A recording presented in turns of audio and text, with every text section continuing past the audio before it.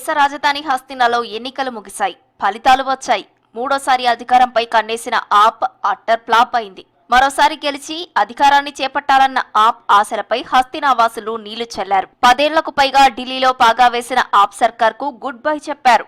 Exit polls ఫలితాలకు అనుగుణంగానే ఢిల్లీలో కమలం వికసించింది. 27 ఏళ్ల తర్వాత ఢిల్లీ కోటా మీద కాషాయ జెండా ఎగిరేసి ఢిల్లీ పీఠాన్ని దక్కించుకుంది. ఢిల్లీ విజయం తర్వాత బీజేపీ విజయానందంలో మునిగిపోతే ఆప్ శిబిరం నిరాశలో మునిగింది. ఎన్నికల ఫలితాలను పక్కన పెడితే ఆప్ అధికారం కోల్పోవడమే కాదు, పార్టీ అధినేత అరవింద్ కేజ్రీవాల్ కూడా ఓడిపోయారు. మరి భవిష్యత్తులో ఆప్ మనుగడేంటి? కేజ్రీవాల్ రాజకీయ భవిష్యత్తేంటి? రాబోయే రోజుల్లో కేజ్రీవాల్ ఎదుర్కొనే సమస్యలేంటి? కేజ్రీవాల్ రాజకీయ ఎంట్రీ నుంచి రేపటి ఫ్యూచర్ వరకు ఈ రోజు స్పెషల్ స్టోరీ.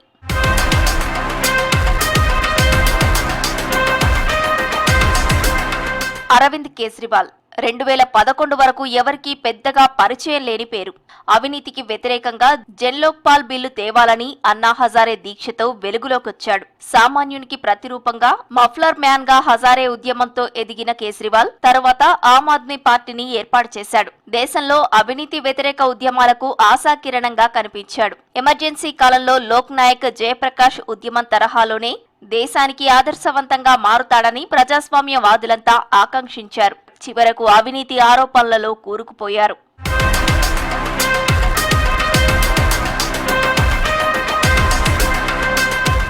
వరుస విజయాలతో వెలిగిన ఆప్ చివరకు అవినీతి ఆరోపణలలో కూరుకుపోయి ఓడిపోయింది. ఢిల్లీ ఓటర్లకు దేశంలోని ఇతర ప్రాంతాల ఓటర్లకు చాలా తేడా ఉంటుంది. ఎక్కువ మధ్యతరగతి ఉద్యోగ ఓటర్లతో పాటు దేశం నలుమూలల నుంచి వచ్చిన వారితో సహజంగానే ఇక్కడి ఓటర్లలో చైతన్యం ఎక్కువ. కొత్తలో ఆమ్ ఆద్మీ పార్టీకి వారు మద్దతు ప్రకటించారు. స్థాపించిన కొద్ది నెలల్లోనే 2013 ఢిల్లీ అసెంబ్లీ ఎన్నికల్లో మొత్తం 70 సీట్లకు 28 సీట్లలో గెలుపొందాడు. 2015లో 67 సీట్లు, 2020లో జరిగిన ఎన్నికల్లో 62 సీట్లలో గెలుపొందారు. ప్రస్తుతం అధికారానికి దూరమయ్యారు.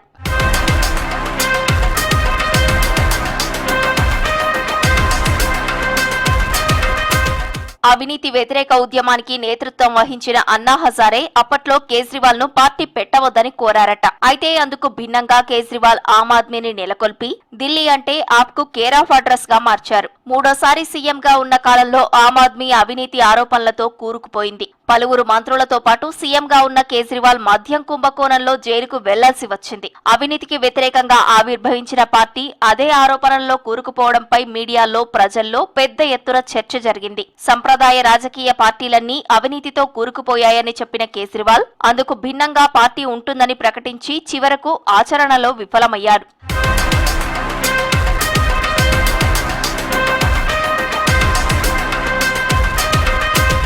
దేశ నాయకుడిగా ఎదగాలని కలకన్నాడు కేజ్రీవాల్. ప్రధాన ప్రతిపక్షమైన కాంగ్రెస్ పార్టీ స్థానాన్ని భర్తీ చేయాలని ఆకాంక్షించాడు. దాంతో 2014 ఎన్నికల్లో ఏకంగా వారణాసి నుంచి పోటీ చేస్తున్న బీజేపీ పీఎం క్యాండిడేట్ నరేంద్ర మోదీపై పోటీ చేసి ఓడిపోయారు. ఆ తర్వాత ఇతర రాష్ట్రాల్లో వచ్చిన ఓట్లతో ఆమ్ ఆద్మీని దేశ రాజకీయాలకు ప్రత్యామ్నాయంగా మార్చాలని చూశారు. కానీ అందుకు అనుగుణంగా ఢిల్లీని రూపొందించడంలో కేజ్రీవాల్ విఫలమయ్యారు. పంజాబ్ లో శిరోమణి అకాలీదళ్, భాజపా విడిపోవడం, కాంగ్రెస్ ప్రభావం తగ్గిపోవడంతో అక్కడి ఓటర్లు ఆమ్ ఆద్మీకి పట్టం కట్టారు. కానీ శాంతి భద్రతల సమస్యలను పరిష్కరించడంలో, డ్రగ్స్ ను అరికట్టడంలో ఆప్ విఫలం కావడంతో ఢిల్లీలో ఉన్న పంజాబ్ ఓటర్లు కూడా ఆప్ కు దూరమైనట్లు తెలుస్తోంది.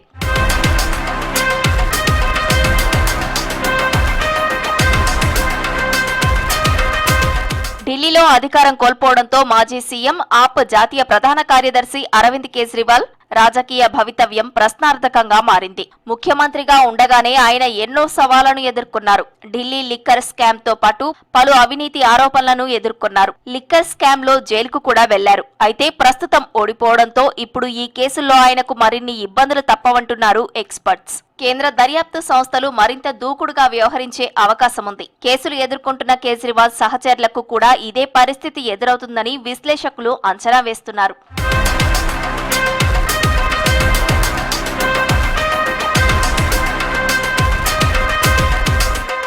తాజా ఎన్నికల్లో గెలిచిన పార్టీ ఎమ్మెల్యేలను కాపాడుకోవడం కేజ్రీవాల్ కు పెద్ద సమస్యే. కేజ్రీవాల్, మనీష్ సిసోదియా లాంటి అగ్రనేతలు జైలుకు వెళ్లి రావడంతో పలువురు ఆప్ అగ్రనేతలు బీజేపీలోకి చేరారు. ప్రస్తుతం ఆప్ అధికారానికి దూరం కావడంతో ఆప్ శాసనసభ్యులు బీజేపీలో చేరకుండా కాపాడుకోవడం అంత సులువేం కాదంటున్నారు పొలిటికల్ ఎనలిస్టులు. ఆప్ నాయకులు కూడా అధికార పార్టీ వైపే చూసే అవకాశం ఉంటుంది. ఆపరేషన్ ఆకర్ష్ నుంచి తమ పార్టీ నాయకులను కేజ్రీవాల్ ఎలా కాపాడుకుంటారనేది ప్రస్తుతం సర్వత్రా ఆసక్తి రేపుతోంది.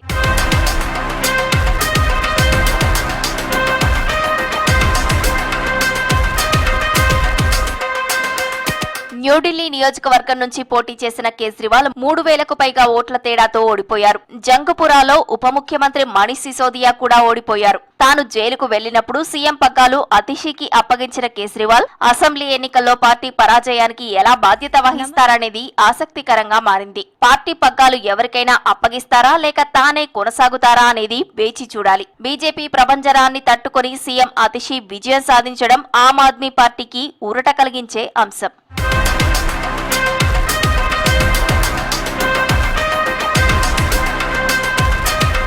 ఢిల్లీ అసెంబ్లీ ఎన్నికల్లో ఓటమి పాలైన కేజ్రీవాల్ మున్ముందు ఎలాంటి కార్యాచరణలతో ముందుకు వెళ్తారనేది చర్చనీయాంశంగా మారింది. పార్టీని పునర్నిర్మించడానికి కేజ్రీవాల్ ఏం చర్యలు చేపడతారో చూడాలి. అధికారంలో లేనప్పుడే లెఫ్టినెంట్ గవర్నర్ ను పావుగా వాడుకొని కేజ్రీవాల్ ను బీజేపీ ముప్పు తిప్పలు పెట్టింది. ఇప్పుడు అధికారంలోకి వచ్చిన కాషాయ పార్టీని ధీటుగా ఎదుర్కొని నాయకులు కార్యకర్తలను ఎలా కాపాడుకుంటాడో చూడాలి.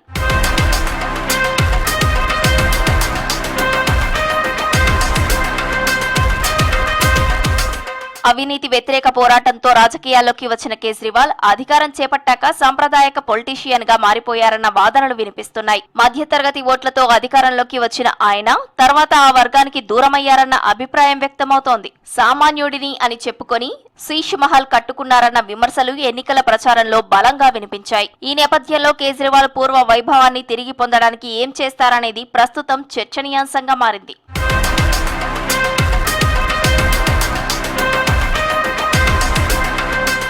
అవినీతి మరకలను ఎదుర్కోవడంలో కేజ్రీవాల్ పూర్తిగా విఫలమయ్యారు. ఉచితాలు గెలిపిస్తాయనే భ్రమలోనే ఎన్నికలను ఎదుర్కొంటున్నట్టు తెలుస్తోంది. అన్ని పార్టీలు ఉచితాలు ప్రకటించినా గానీ కేజ్రీవాల్ పూర్తిగా వాటినే నమ్ముకున్నట్టు కనిపించింది. ఉచిత కరెంటు, వైద్యం, విద్య, మహిళలకు రవాణా వంటి వాటిని ప్రధానంగా ప్రస్తావించినా వర్కౌట్ కాలేదు. మహిళలకు 2,100 ఆర్థిక సాయం, వృద్ధులకు ఫ్రీ ట్రీట్మెంట్, ఆటో డ్రైవర్లకు 5 లక్షల బీమా, ఆటో డ్రైవర్ల కూతుర్ల పెళ్లికి 1,00,000 సాయం, పూజార్లకు 18,000, అద్దె ఇళ్లలో నివసించే వారికి ఫ్రీ వాటర్, ఫ్రీ కరెంట్ ఏవీ పనిచేయలేదు. ఉచితాలు ఎన్ని ప్రకటించినా కేజ్రీవాల్ ను ఆప్ ను ఊడ్చేశారు ఢిల్లీ ఓటర్లు. हम समाज सेवा, जनता के सुख दुख में काम आना, व्यक्तिगत तौर पे जिसको भी जो ज़रूरत होगी हम लोगों के सुख दुख में हमेशा काम आएंगे, क्योंकि हम राजनीति में कोई सत्ता के लिए नहीं आए.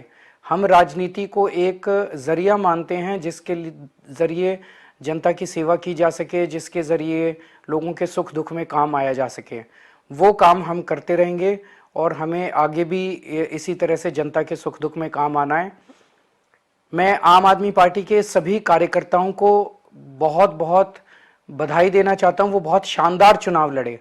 ఢిల్లీ ఎన్నికల ఫలితాలపై ప్రముఖ సామాజిక కార్యకర్త అన్నా హజారే స్పందించారు. అధికార దాహంతోనే కేజ్రీవాల్ ఓడిపోయారంటూ వ్యాఖ్యానించారు. కేజ్రీవాల్ పై అనేక అవినీతి ఆరోపణలు వచ్చాయన్న అన్నా హజారే డబ్బు, అధికారాన్ని దుర్వినియోగం చేశారని, అందుకే కేజ్రీవాల్ ను ప్రజలు ఓడించారన్నారు. గతంలో అరవింద్ కేజ్రీవాల్ తో కలిసి అన్నా హజారే ఢిల్లీలోని రామ్లీలా మైదాన్లో అవినీతికి వ్యతిరేకంగా ఉద్యమాన్ని చేపట్టిన సంగతి తెలిసిందే. కేజ్రీవాల్ పై అన్నా హజారే మాట్లాడటం ఇదేమీ తొలిసారి కాదు. లిక్కర్ పాలసీ కేసులో కేజ్రీవాల్ అరెస్ట్ అయిన సందర్భంలోనూ ఆయన మండిపడ్డారు. मैं बार बार बताते गया लेकिन उनके दिमाग में नहीं आया और आखिर शराब के बारे में उन्होंने एक मुद्दा उठाया कि शराब की दुकान, उसमें शराब की बात क्यों आ गई?